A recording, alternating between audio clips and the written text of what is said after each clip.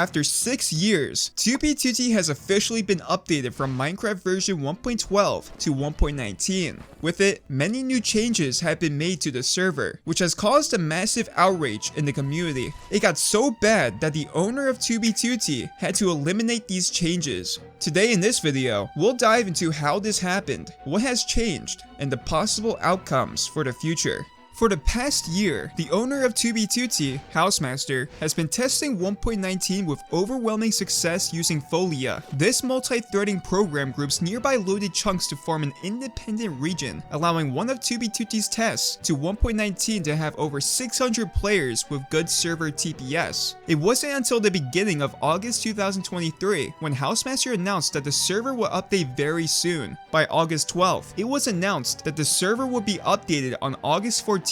Players were excited, which brought a lot of hype and a return of inactive players. It is August 14th. The hype was at its peak. Hausemaster announced that the server would update that day, and priority queue numbers skyrocketed. Players waited for hours until the server finally announced it would restart. After that, the main server went down, but the queue remained up.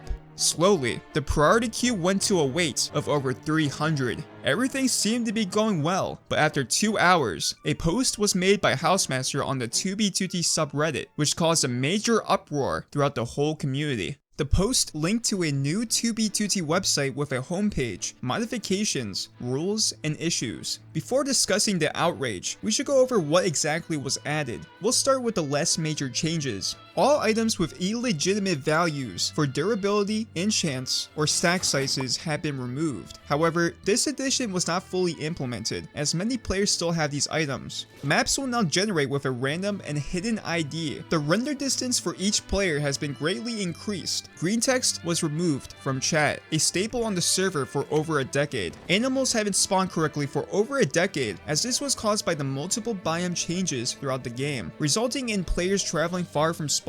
This was fixed, and they now appear in the spawn region. Additionally, monster spawning has been increased and changed to attempt to spawn more monsters closer to a player. This will make escaping spawn a lot harder. Phantoms and the phantom mechanic have been disabled entirely. It's no longer possible through cheats to see another player's item enchantments or durability or a player's health. The end dimension dragon fight has been reset. Old gateways were broken due to bedrock breaking exploits. Players may now fight the dragon to spawn new gateways. To slow down and reduce newer ores being gathered too fast, anti-X-ray was implemented. However, this has been reverted as of August 23rd. The hunger system has been slowed down, and regeneration will last longer. Death messages in chat will only display for yourself and other players who die within your render distance. These changes seem good overall, but the remaining changes have uprooted the entire community.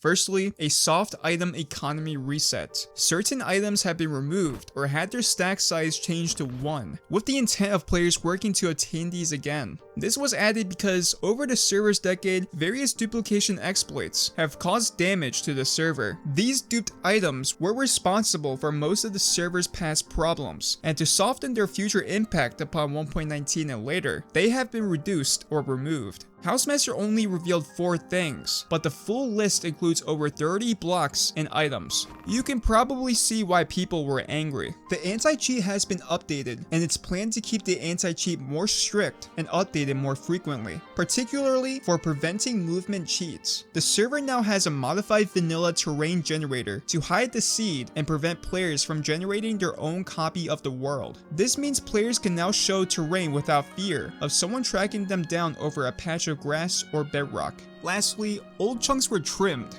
Over the server's past, many movement cheats and exploits allowed players to load chunks quickly, which caused the server's large size of 23 terabytes. Many chunks have been generated for less than a few seconds and not interacted with. To Hausemaster, these have no history, stealing a lot from possible new 1.19 terrain generation. Players quickly responded, "Is this an out-of-season April Fool's joke? 1984 2b2t edition. This is no longer anarchy." And with most agreeing, this was an awful update. Everyone was technically now poor. Shop owners no longer had an abundance of items. Traveling on a highway quickly was non-existent, and PvP revolved around using only swords or TNT. On top of these changes, 2b2t now has an official rules page. players must follow the EULA and not undermine the server's efforts to provide every player with an equal and fair playing environment by abusing any exploit, bug, or flawed game mechanic to cause server disruption or lag. Do not engage in personal or real-life harassment, threats, or bullying, either in-game or external community. Failure to meet these rules means that any player will have their chat privileges temporarily disabled and may have their ability to connect to the server temporarily prevented in the case of diminishing any exploits or bugs abused while patches are issued. It wasn't long until players started revolting. About an hour after the announcement, a Discord group was made to go on strike,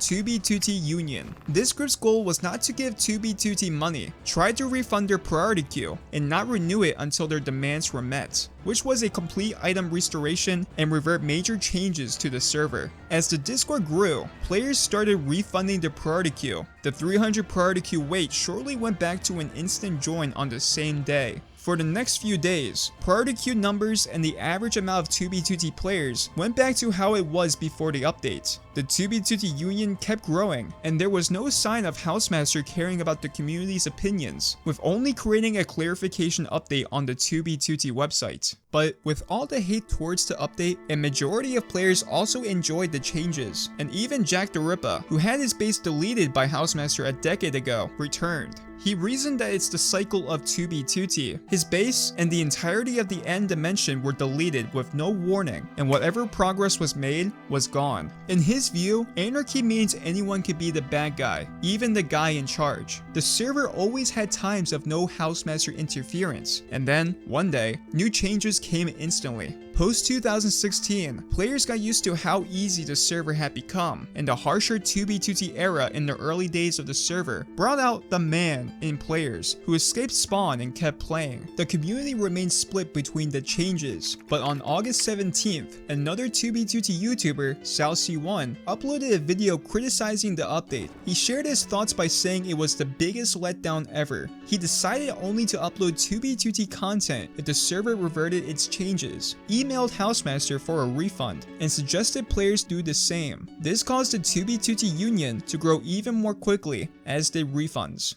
A week passed, and not much changed. During this time, players noticed that illegally placed bedrock that survived for decades was turned into netherrack or removed entirely. The Union grew, while the remaining players became accustomed to the changes. The players that left joined other anarchy servers like Constantium, or began using proxies to join 2b2t. Eventually, the players who were refunding started to notice that Hausemaster stopped accepting refund emails. It was theorized that since so many players were refunding, the company used to run the 2b2t priority queue website, TabX, allegedly had to step in. Around this time, many priority banned and muted players were suddenly unmuted and unbanned.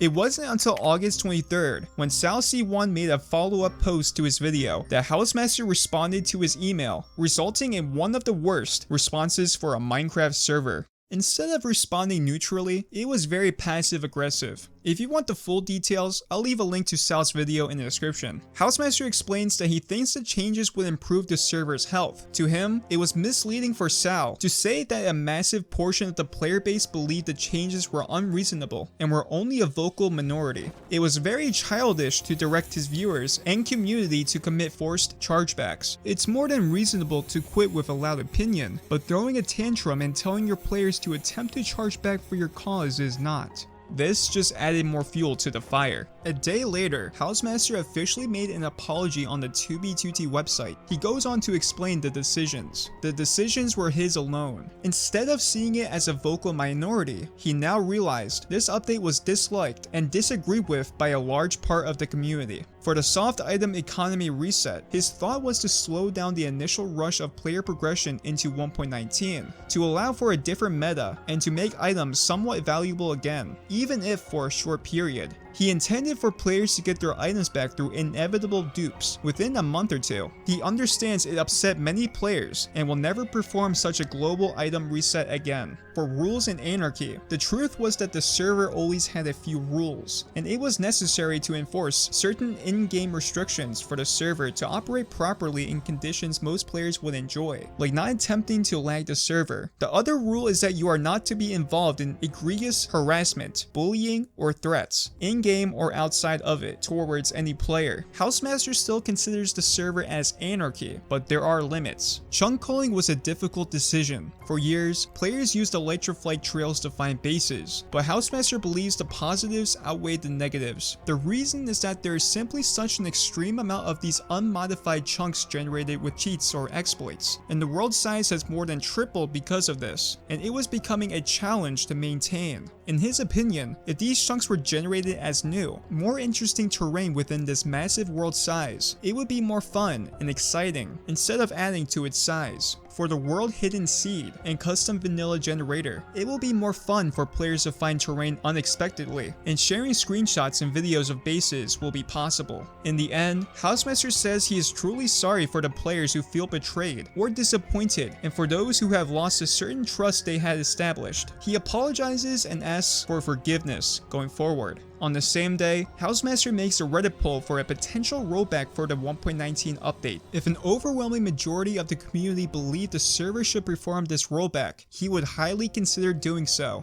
The poll had 3 options: rollback without item economy reset, rollback without economy reset and chunk trimming, or no rollback. Every single 2b2t related Discord started pinging everyone. This was a critical moment for the future of the server. As expected, most were with the rollback without an item economy reset and chunk trimming. On August 26th, Hausemaster decided to roll back to the 14th of August 1.12 copy of the world without chunk calling and the soft economy reset. The server was put on the temp map. Nearly a day later, the server was back up. Players were excited and celebrated in Discord servers in the unexpected return of green text and global death messages. The illegal bedrock that was removed is returned. However, what does this mean for the future? This sets a precedent for future changes. Does this now mean players can control Hausemaster with the threats of refunds? Before this, Hausemaster never backed down on significant changes like this. When players complained about priority bans and mutes, not once did Hausemaster care. Once a thing was implemented, it was tough for that to be reverted. We also don't know how much damage this did to the future of the server. The server had 300 players in the priority queue before the changes were announced. And after the changes were reverted, queue numbers were almost back to before the update. This might change when VIII uploads his video. Hausemaster caught wind of the nuke that I was about to drop, and he's like, oh, we gotta revert these. But we don't know if this permanently altered how players see future updates. My opinions on the update are mixed. In the beginning, I was flabbergasted about the update. I streamed the changes as they were implemented, and I had some sort of mental breakdown. But after playing for a few days, I got used to the harsher changes, which gave more meaning to everything I did. It reminded me of what old players had to do during the early days of the server. I couldn't travel quickly, mobs were a threat, and old players like Jack the Ripper probably felt this when joining 2b2t again. It might be me going through the 5 stages of grief or something, but now that I have my items back, I don't care much about losing them. Hausemaster could have handled this more easily if he announced the changes before the update. He made too many drastic changes too quickly, which is a recipe for disaster. The server has been handled by a small team for a few years. I think either the original Hausemaster or George Bush 420, or maybe even someone new, still has a large part in the major changes of the server. Considering the passive aggressiveness of the response in Sal's email, instead of acting like a corporate response, that email felt like a singular person made it. Once he saw the community backlash, the loss of money, and the looming dread of VIII's response to the update, he went into panic mode and finally decided to revert the changes. That said, this is the beginning of a new era for 2b2t. Before the update, the server was stale, things were becoming predictable and boring, and players were yearning for something new. With this update, 7 new Minecraft versions were all added into one. New blocks, exploits, dupes, and PvP meta will keep the community excited for a long time. I embrace the unknown and am excited to see what the future brings.